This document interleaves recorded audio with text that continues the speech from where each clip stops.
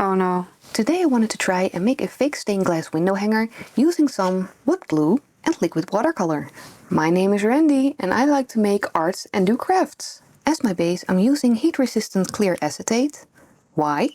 Because I already owned it, just as the glue and the watercolor, so it's free. Well, at least if you're using the same craft math as I am. I got this idea after I made this abstract rose and I had some leftover texture medium. Because this bottle has quite a big hole, I decided to put it into a smaller one. This one has a really nice fine tip. The design I made is based on my punch needle coaster, but I wanted to keep it simple. Because I have a feeling I'm going to be struggling with the line work, and because this is the last of the mixture, I only have one chance to get it right, so let's go slow. First we need to stick my design to the acetate, because we don't want it to move while I'm working on it.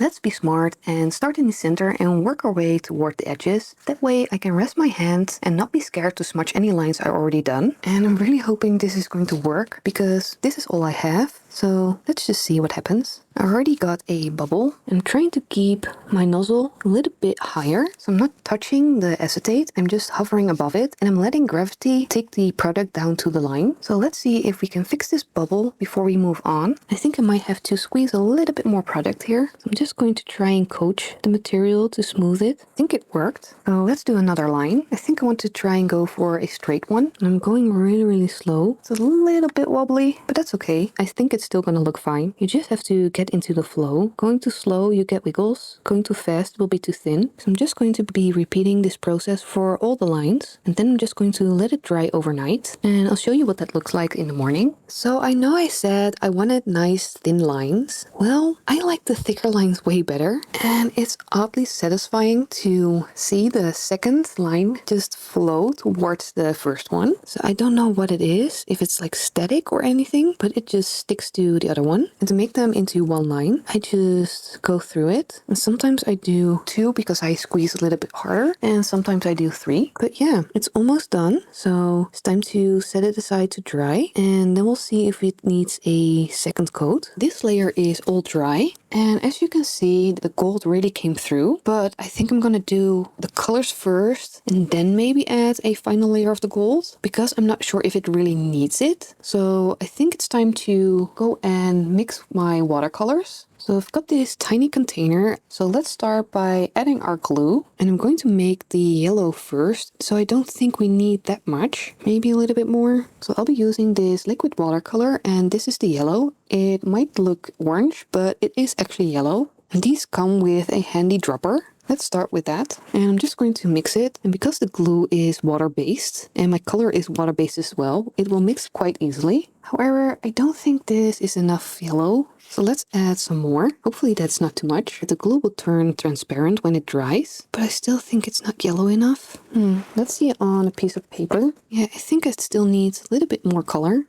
You can see how runny it becomes, so I don't think I want to add any more. So this yellow will have to do. I think we want to put in a little bit of bling. So this is abalone shell. I'm going to be very careful to not come anywhere near this stuff and breathe, because it tends to go everywhere. And I should actually wear a mask. So let's just add a tiny bit. Just want a tiny bit of a shimmer. Let's get this to safety. Let's mix this in. So I think that's mixed enough, so we can add it to our template. So let's see if we can add it here. I think I'm just going to pour some right in the center. I'm just going to spread it. I'm just being careful not to go over the lines. I did some tests. They're actually stuck to the window, but I did find, because my apartment is quite damp, you would get some molds. So I decided that's not really what we want, so I'm going to stick with the acetate. But first we need to do something about these bubbles.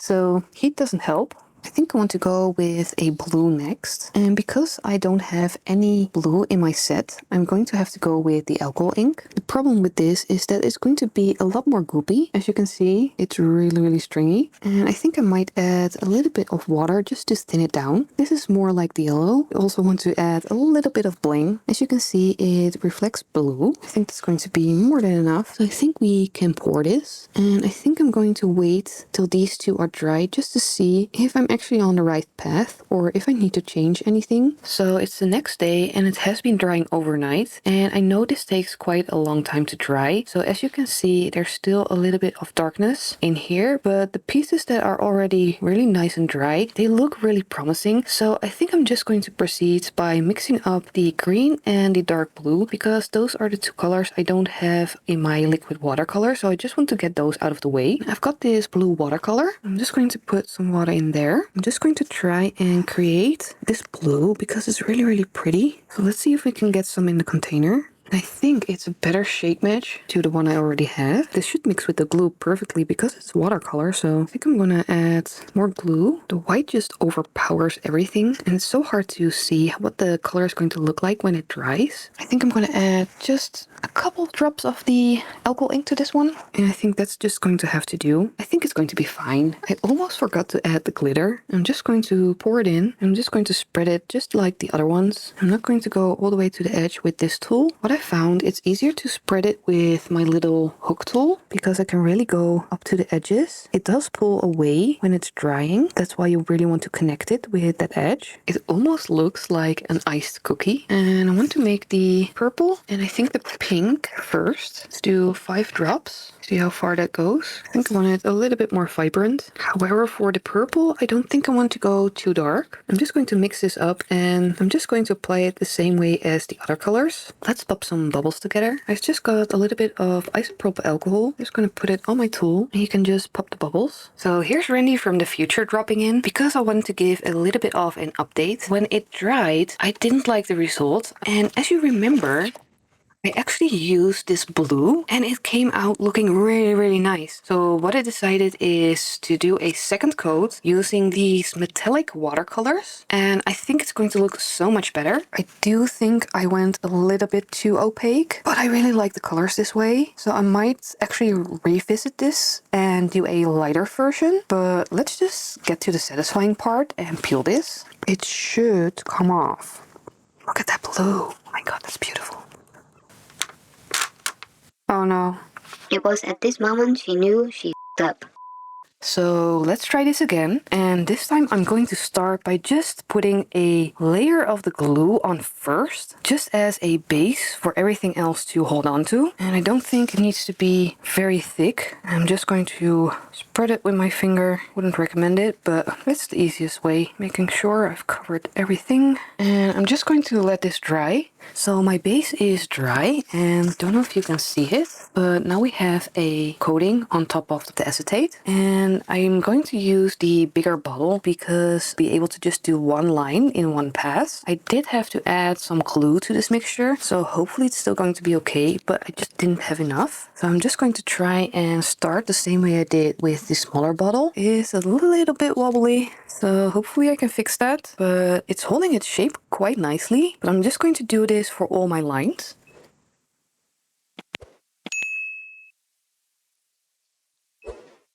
Whew, that was a long one. I'm actually holding my breath when I'm doing this, and I'm just running this tool through the line just to make sure it really is sticking to the background and to shape these corners. So I just have the rest of the outline to go. So let's try and keep it simple this time. And I'm going to start with the yellow and the blue. And I'm not going to add any extras. So I'm just going to do the wood glue and the color. Oh, whew.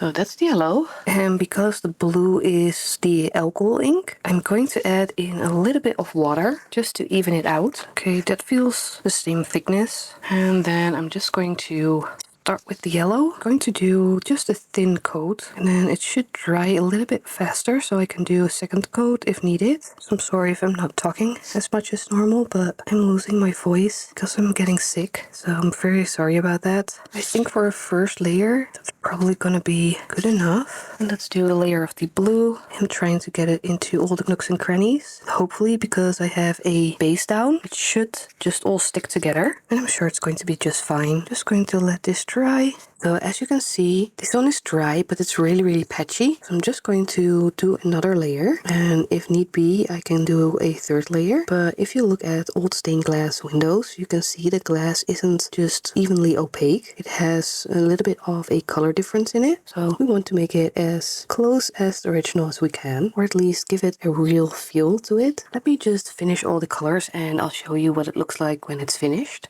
So I found a different way to apply my color. So what I did is I put the base layer of the glue, and instead of mixing the color into the glue, I put it straight on the base layer, and I'm now just going to seal it with some glue. I think this is actually my favorite technique. So yeah, I'm very interested to see the difference between these that have the color mixed into the glue and these that have the color in between the glue. Look at how good this came out. I'm so happy with this one. I'm really glad I went back to my original idea with just using the wood glue and the liquid watercolors. So what actually works best is putting some of the glue first on the sheet and then just painting on the liquid watercolors, letting it dry, adding another layer of the glue, and if you need to get a more vibrant color, you just layer it till it gets this color. So let me just take the white away. And you can see how cool these colors look. Like, this was what I was going for. This is what stained glass looks to me like. Of course, not with the gold. Like, it's not too opaque. It's nice and colorful. So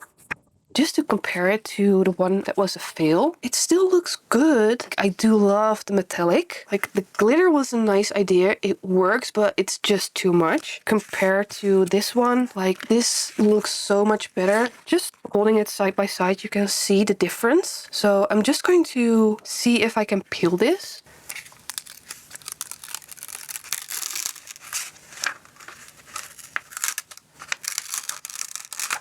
Perfect, look.